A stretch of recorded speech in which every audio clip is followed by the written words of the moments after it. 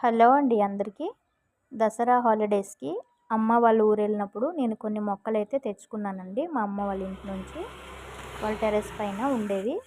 ఇదొచ్చేసి నాటు గులాబీ మొక్క.